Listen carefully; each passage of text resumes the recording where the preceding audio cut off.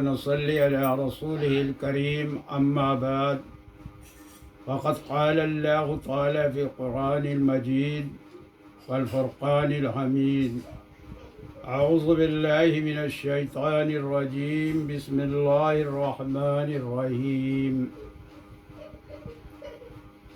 میرے محترم دینی بھائیوں و بہنوں،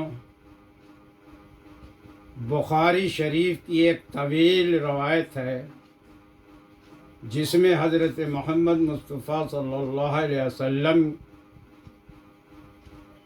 کا ایک خواب روایت کیا گیا ہے، جس میں عالم برزخ کے خاص عذابوں کا ذکر ہے۔ حضور صلی اللہ علیہ وسلم نے فرمایا، آج رات میں نے خواب دیکھا کہ دو شخص میرے پاس آتے ہیں، میرا ہاتھ پکڑ کر ایک مقدس زمین کی طرف لے کر چلتے ہیں۔ کیا دیکھتا ہوں کہ ایک شخص بیٹھا ہوا ہے اور ایک شخص کھڑا ہے جس کے ہاتھ میں لوہے کا زنبور ہے، جس سے وہ بیٹھے ہوئے شخص کا کلہ چیرتا ہے، یہاں تک کہ اس کلے کو چیرتا وہ گدی تک لاتا ہے۔ پھر یہی عمل وہ دوسرے کلے کے ساتھ کرتا ہے۔ جب وہ دوسرے کلے کو چیر کے پھر آتا ہے پہلے کلے کی طرف، تب تک کلہ اپنی حالت پہ صحیح ہو جاتا ہے۔ میں نے پوچھا یہ کیا؟ دونوں شخص بولے آگے چلو۔ میں آگے چلا، یہاں تک